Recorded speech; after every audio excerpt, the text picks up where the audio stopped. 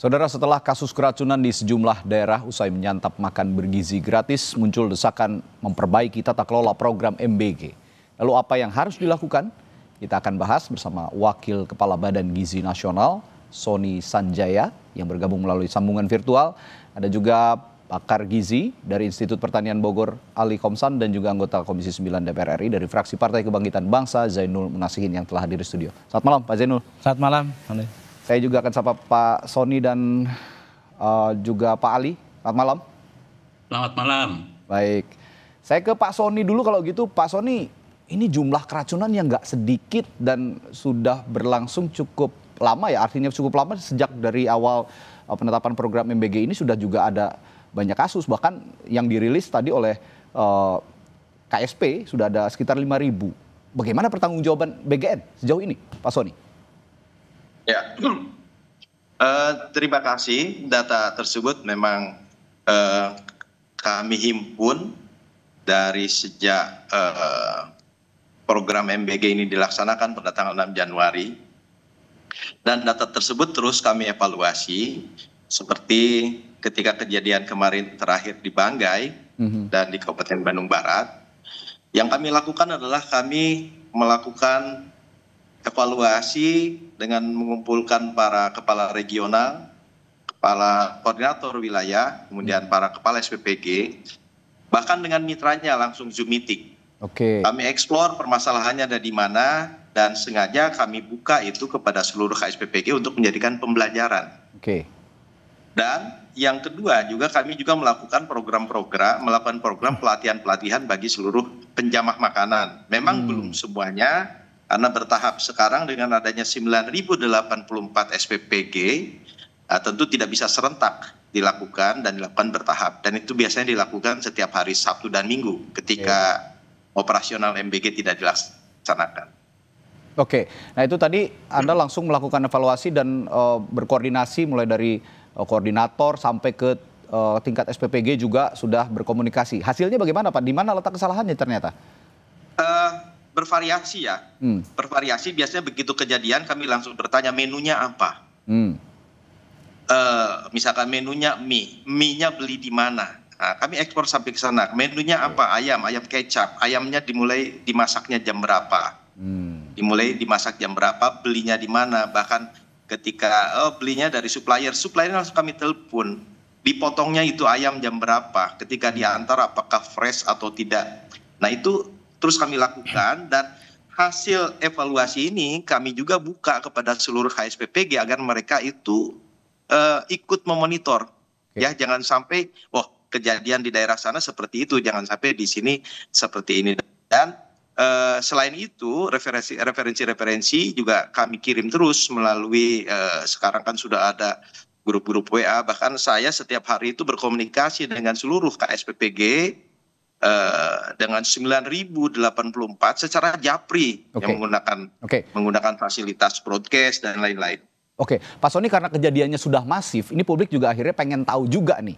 Sebenarnya koordinator wilayah sampai SPPG ini siapa saja sih orang-orangnya? Apakah mereka yang punya pengalaman pengetahuan gizi yang cukup, lalu juga pengetahuan memasak yang cukup, cara memasak, dan juga supaya tidak basi, tidak masih laik lah untuk dikonsumsi besok harinya.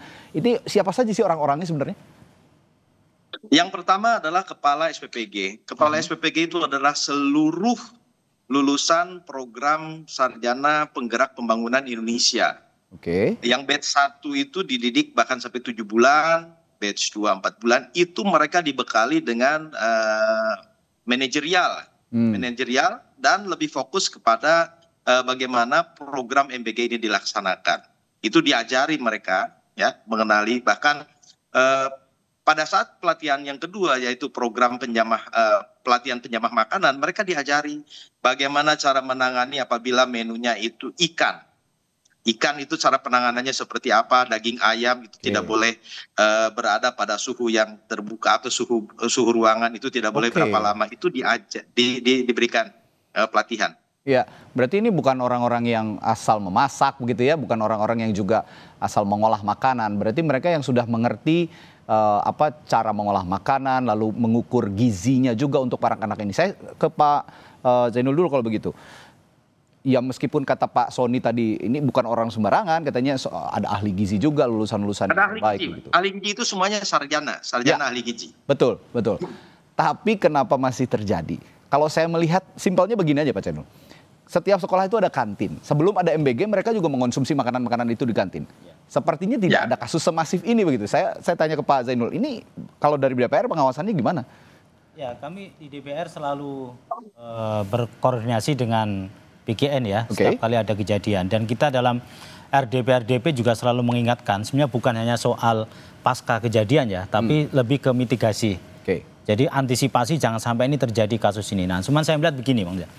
Jadi melonjaknya kasus keracunan yang terjadi di beberapa SPBG itu berkorelasi atau berbanding lurus dengan meningkatnya jumlah dapur. Gitu ya. Lonjakannya itu sama dengan, nanti semakin banyak dapur yang beroperasi, semakin besar jumlah tingkat keracunan yang terjadi di SPBG. Ini kami melihatnya ini problemnya adalah karena problem keserentakan. Di mana-mana yang problem keserentakan itu pasti akan berimplikasi, punya resiko tinggi munculnya yang sifatnya negatif termasuk. Sederhananya keserentakan ini bagaimana kalau dijelaskan kepada publik? Jadi gini, pada awal-awal kita RDP dengan BGN, 1 tahun sampai dengan 2025 ini kan kita hanya 5.000 dapur sebenarnya targetnya. Tapi kemudian dalam perkembangan karena Pak Presiden ingin ada percepatan, itu diminta untuk percepatan sampai 30.000 dapur. Gitu. Sekarang tadi datanya dari Pak Sony kan sudah 9.000 dapur yang beroperasi hari ini. Berarti kan sudah ada peningkatan hampir 100% dari target awal yang 5.000 dapur gitu. Nah, otomatis dengan peningkatan jumlah dapur yang ada ini yang sangat drastis itu pasti akan menimbulkan resiko. Kenapa? Karena itu terkait dengan soal standar dapur. Nah, mengejar target maka otomatis dapur-dapur yang kita lihat kemarin ada banyak juga temuan yang sebetulnya belum layak untuk operasional, dipaksa untuk operasional, gitu. Belum layaknya itu di mana? Misalnya peralatan dapurnya, kemudian luasan dapurnya, kemudian ruang produksinya, termasuk sanitasi. Ya, itu beberapa yang kita temukan. Ternyata memang beberapa dapur itu memang oleh BGN, mohon maaf Pak Sony ya, oleh BGN diizinkan beroperasi, sementara standar kelayakannya masih belum. BGN berdalih bahwa karena kita ingin ada percepatan, maka ini disempurnakan sambil jalan gitu. Ini berarti keserentakan dan ketergesa-gesaan kalau saya melihat. Saya melihat ada nuansa seperti itu. Ada nuansa seperti tapi saya begini, saya disclaimer dulu ya. Jumlah keracunan itu kan tadi Pak Sony menyampaikan 5.000. 5.000 korban ya yang ini. Dengan sekarang 9.000 dapur yang beroperasi, itu berarti 1 bulan ada 0,5 miliar porsi yang dibagikan ke masyarakat, penerima manfaat. Saya mengatakan bahwa kalau kita mau berpikir objektif dan proporsional, berarti 0,5 miliar itu kan kalau dibandingkan dengan 5.000, ya kan, kecil kan. Walaupun kita nggak boleh mentoleransi karena kan satu nyawa itu tetap sangat berharga gitu. Apalagi anak-anak. Ya, apalagi untuk anak-anak ya. Nah, kita sih mendorong sebetulnya bahwa bagaimana keserentakan ini tetap mengantisipasi dan juga memitigasi terjadinya potensi dapur-dapur yang bermasalah. Dengan cara apa? Ya, kualitas dapurnya diperbaiki. Ya kan? Kemudian quality kontrolnya harus diperbaiki gitu. Nah, selama ini saya melihat BGN belum punya, menurut saya loh ya Pak Sony ya, belum punya skema bagaimana memitigasi agar SPPG itu, dapur-dapur itu betul-betul clear mulai dari bahan baku masuk, kemudian proses produksinya, sampai kemudian pemorsian, sampai dengan distribusinya. Nah, alur ini yang menurut kami protap di masing-masing dapur ini itu yang di beberapa dapur perlu dijaga konsistensi dan juga kualitasnya. Gitu. Ini saya bukannya mendukung bahwa program MBG ini ditiadakan, tidak sama sekali, karena saya dukung sepenuhnya program ini sangat positif Pak. Karena di tempat-tempat lain SPPG lain juga terbukti ada juga yang sukses lah melaksanakan program ini. Mulai dari yang Anda singgung tadi, dapur yang bersih, higienis, sampai penyampaian pengonsumsi makanannya yang juga layak makan gitu. Nah, ini juga perlu disoroti. Saya apresiasi juga untuk SPPG yang bisa menerapkan standar mutu untuk MBG ini. Tapi saya akan ke Pak Ali dulu. Pak Ali, tadi saya menyinggung soal siapa saja orang-orang yang berada di balik MBG ini, terutama yang mengelola mengolah makanan segala macam. Ternyata kalau kata Pak Sony tadi kan semuanya ini orang-orang yang mengerti begitu untuk mengolah makanan dan mengukur standar gizinya. Tapi mengapa masih terjadi begini kalau kata Pak Sony? Kalau saya satirnya sih kok kalah sama pengelola kantin gitu loh, yang sehari-hari juga memasak tapi tidak ada tuh yang keracunan. Gimana nih Pak Ali? Ya, kita melihat selain ribuan SPPG yang sekarang berfungsi, seperti disampaikan Pak Zainul tadi, tetapi jangan lupa bahwa SPPG itu juga mendapat tugas untuk menyediakan 3.000 porsi setiap hari.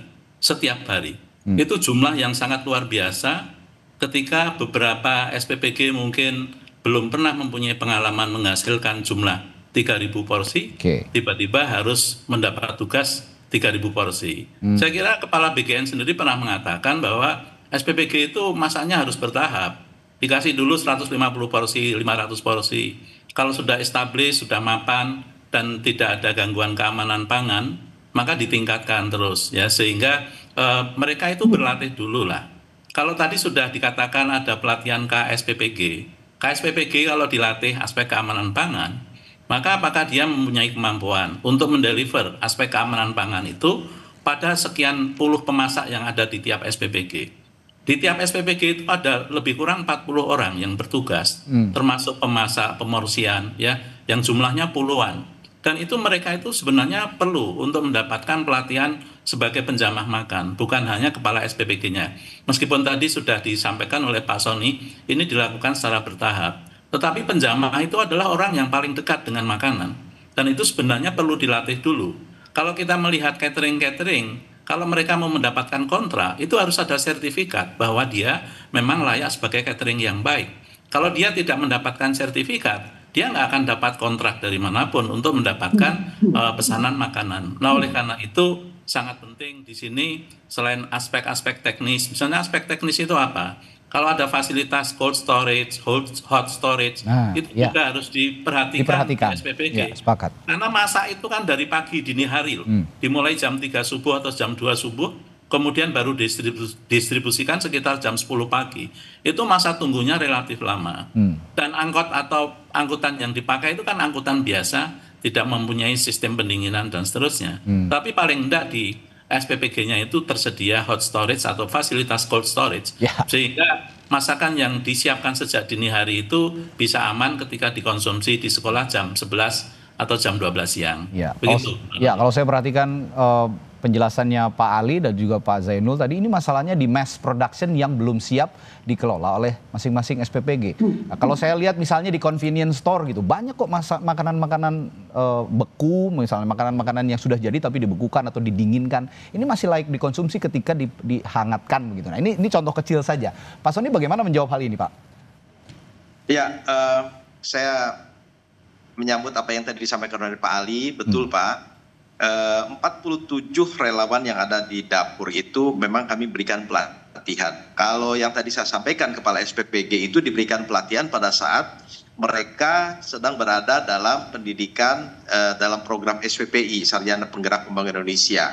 Jadi sebelum ditugaskan sebagai kepala SPPG mereka sudah dibekali itu. Nah, ketika kepala SPPG sudah berada di dalam SPPG dan bergabung dengan 47 relawan tersebut juga semuanya diberikan pelatihan penjamah makan.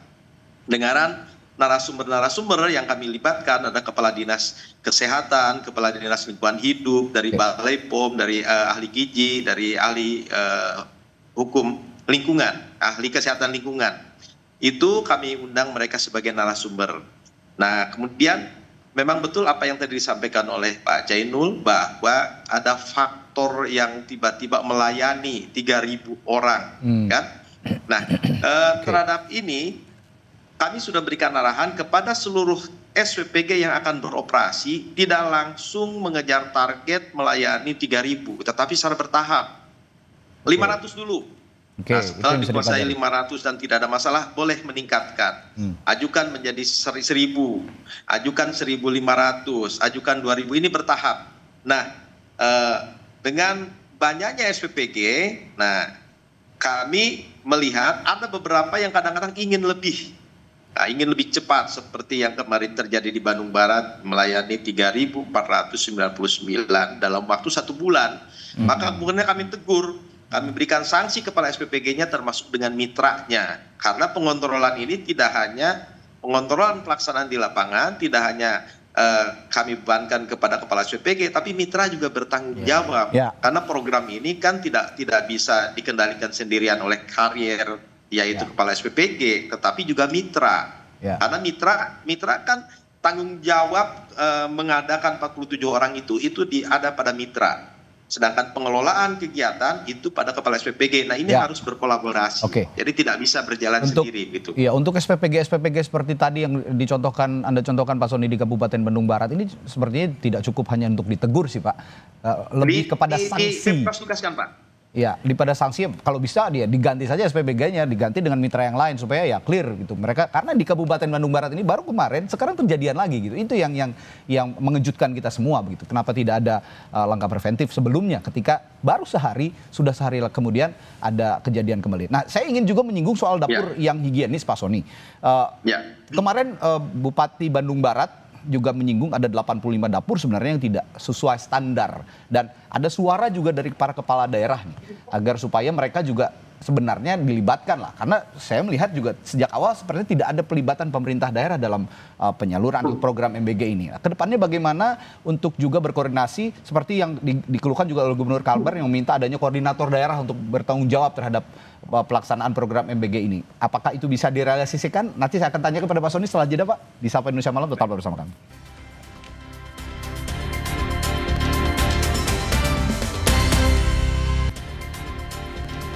Kami lanjutkan kembali perbincangan di Sapa Indonesia Malam. Tadi saya bertanya ke Wakil Kepala BGN Pak Sony Sanjaya soal bagaimana standar baku mutu dari dapur-dapur yang disediakan di masing-masing wilayah, termasuk di masing-masing SPPG begitu. Nah, kemarin ada keluhan juga dari Bupati Bandung Barat, ada 85 katanya yang belum sesuai standar Pak Sony. Dan dia juga mengeluhkan bahwa minimnya koordinasi dengan pemerintah daerah. Termasuk juga Gubernur Kalbar yang meminta adanya koordinator daerah untuk bertanggung jawab terhadap MBG.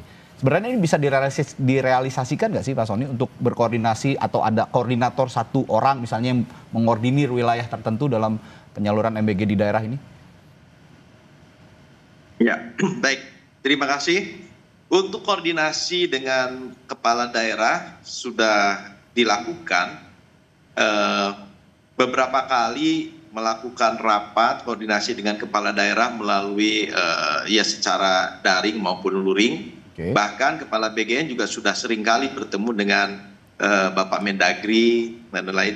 Yang terakhir adalah kami dalam waktu dekat ini akan berkomunikasi juga dengan jajaran pemerintah daerah, khususnya nanti bagaimana pemerintah daerah melibatkan dinas-dinas kesehatan, karena seluruh SPPG itu nanti akan harus dilengkapi dengan SLHS, Sertifikat Layak Hygiene Sanitasi.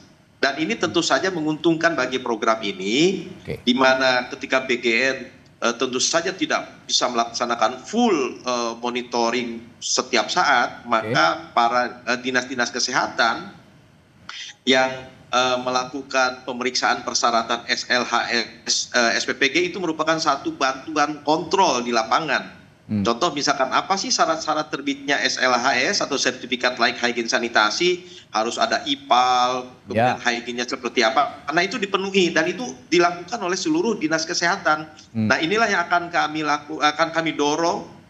Beberapa daerah sudah melakukan. Saya monitor ada di Garut, kalau tidak salah ya itu sudah lakukan. Awal juga kami sudah mendorong silahkan mitra ini wajib memiliki SLHS. Kenapa mitra yang didorong? Karena yang memiliki fasilitas adalah mitra.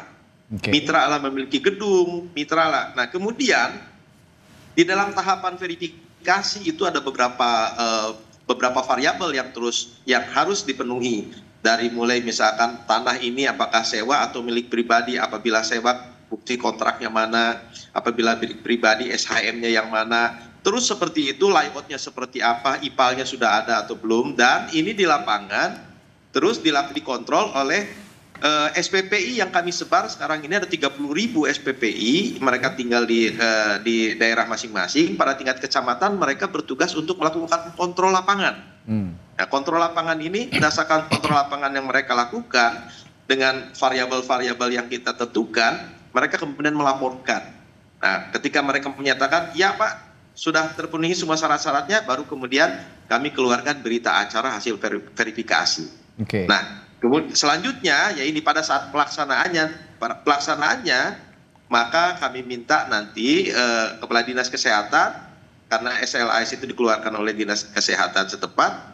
Nah, kami juga mewajibkan agar SPPG ini nanti dilengkapi oleh SLHS. Bagi yang tidak belum memenuhi persyaratan SLHS, ya nanti kami akan melakukan review. Apakah diberhentikan dulu sementara sampai terpenuhi persyaratan tersebut atau sambil berjalan. Ini barangkali Pak. Kalau gitu Pak, kalau untuk memenuhi mass production tadi, saya bertanya ke Bapak nih, soal pemenuhan gizi, higienisme segala macam. Ini kan tadi Bapak bilang karena memang kaget gitu ya untuk ketergasan ini sehingga unsur-unsur tadi sulit untuk terpenuhi. Tapi ini sesuai dengan judul kita hari ini, mendesak. Keterdesakan itu harus dilakukan seperti apa jadinya? Iya, kalau saya gini, apa yang tadi disampaikan oleh Pak Sony itu sudah betul ya. Rencana untuk menerapkan SLHS untuk seluruh SPPG itu menurut saya itu mendesak dan nggak boleh ditunda. Menurut saya disegerakan dengan berkoordinasi dengan pemerintah kabupaten kota melalui dinas kesehatan. Saya kira udah betul ini langkah yang akan diambil oleh Pak Sony dan teman-teman di BKN. Tinggal sekarang kita support untuk percepatan sertifikasi untuk seluruh SPPG kita dengan menerbitkan SLHS gitu. Bagi yang belum memenuhi syarat, ya kami menyarankan untuk bisa dipending dulu. Dipending dulu sampai ada persyaratan itu terpenuhi oleh SPPG. Kalau saya sih begitu. Nah, cuman problemnya adalah hari ini anggaran di BKN masih sangat besar yang belum terserap gitu. Kalau kemudian penerapan sertifikasi ini kemudian diterapkan, kemudian ditunda, kalau ada ribuan SPPG yang kemudian berhenti beroperasi, saya khawatir nanti serapan anggarannya bisa berpengaruh gitu di BKN-nya. Dan saya kira Pak Presiden juga akan kecewa kalau sampai program MBG ini. Jalan tengahnya? Kalau menurut saya sih jalan tengahnya adalah sertifikasi tetap digenjot, khususnya untuk wilayah-wilayah Pak Sony ya, yang sudah teridentifikasi rentan terjadinya keracunan. Kan udah ada petanya nih, provinsi-provinsi, kabupaten-kabupaten kota, kan sudah ada trennya ini, gitu. Menurut saya yang di daerah-daerah itu yang mungkin prioritas ini, prioritas untuk bisa ini. Tapi menurut saya cepat kok, menurut saya. Bisa paralel ya? Iya, bisa berjalan paralel menurut saya. Pak Ali, kalau gitu untuk sertifikasi ini, bagaimana langkah baiknya kalau menurut perspektif ahli gizi? Ya, jadi pada intinya sertifikasi itu kalau itu sebenarnya menjadi prasyarat yang penting, harusnya itu memang harus diawali ketika SPPG itu belum dibuka. Tapi sekarang sudah terlanjur dibuka 9.000, maka tentu saja seperti disarankan tadi dilakukan proses percepatan sertifikasi. Dan untuk yang baru itu tidak usah dianjurkan untuk dibikin kalau tidak muncul sertifikasi. Jadi sangat penting di sini bahwa tadi yang disampaikan Pak Sony tentang IPAL, sekarang kualitas air itu bisa menjadi sumber keracunan ketika ternyata SPPG mengandalkan sumber air sumur yang terkena resapan limbah. Itu sangat berbahaya. Dan selama ini kita juga belum tahu limbah-limbah dari food waste, dari makan bergizi gratis itu apakah kembali kepada SPPG atau berada di sekolah atau sebagian berada di rumah. Itu juga kalau kembali ke SPPG limbahnya sangat luar biasa dan itu harus dibereskan dengan baik. Jangan sampai urusan limbah itu menjadi pencetus keracunan yang lain. Jadi tentu saja PR-nya memang sangat banyak, sehingga kalau di suara-suara masyarakat itu sudah urusan makan itu serahkan saja kepada dapur sekolah. Beberapa sekolah yang bagus mempunyai dapur sekolah, tetapi banyak sekolah di Indonesia itu tentu nggak punya dapur. Nah, oleh karena itu untuk sekolah-sekolah yang bagus, itu bisa dikasih uji coba bahwa Anda menyelenggarakan makanan bergizi gratis untuk katakanlah 340-400 anak. Dan itu menurut saya peluang keracunannya akan semakin kecil ketika yang dikelola sedikit. Ya ini yang harus didorong juga. Nah kalau gitu saya terakhir ke Pak Sony kalau gitu. Ini Pak Sony sekarang banyak ya ibu-ibu, emak-emak gitu. Tadi saya lihat di berita pengantar seperti sudah sedikit apatis terhadap program ini. Bagaimana Anda juga menenangkan publik supaya sebenarnya saya juga apresiasi program ini positif. Nah makanya bagaimana MBG ini dijelaskan pada publik oleh BGN masih menjadi program unggulan yang bisa dipercaya oleh publik untuk memberikan makanan bergizi kepada anak-anak. Ya, terima kasih. Jadi kepala SPPG itu bukan hanya dia memimpin pelaksanaan memasak, tetapi di sana juga melaksanakan program edukasi. Oke. Nah, pada saat kepala SPPG melaksanakan program edukasi, pada saat hari Sabtu misalkan tidak ada, contoh yang sudah dilaksanakan di Warung Kiara itu pilot project. Itu KSPPG dengan awaknya itu aktif melakukan pertemuan dengan orang tua siswa di sekolah tertentu, misalkan dikumpulkan hari apa. Nah, disitulah ada komunikasi. Jadi memang kami tekankan kepada KSPPG itu, kalian bukan hanya sebagai kepala dapur yang memimpin produksi MBG, tetapi kalian juga memiliki misi untuk melakukan program edukasi. Karena MBG bukan hanya sekedar makan, tetapi bagaimana menanamkan mindset kepada anak-anak kita bahwa badan sehat bergizi itu bukan hanya sekedar makan, tetapi bagaimana memahami makan dengan gizi yang seimbang.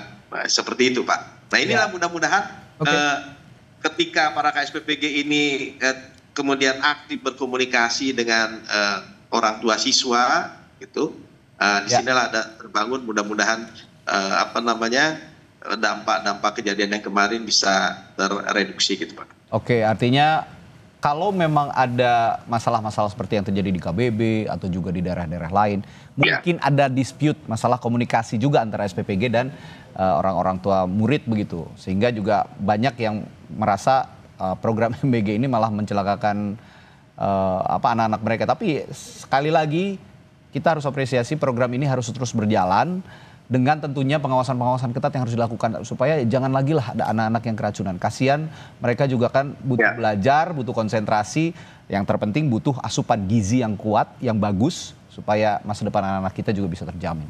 Terima kasih sudah berbincang Wakil Kepala BGN Sony Sonjaya dan juga Pak Zainul Munasihin dari Komisi 9 DPR RI, dan juga Pak Ali dari Institut Pertanian Bogor, Pak Ali Homsan, sudah berbagi perspektifnya malam hari ini di Sapa Indonesia Malam. Terima kasih, sampai jumpa lagi Bapak-Bapak.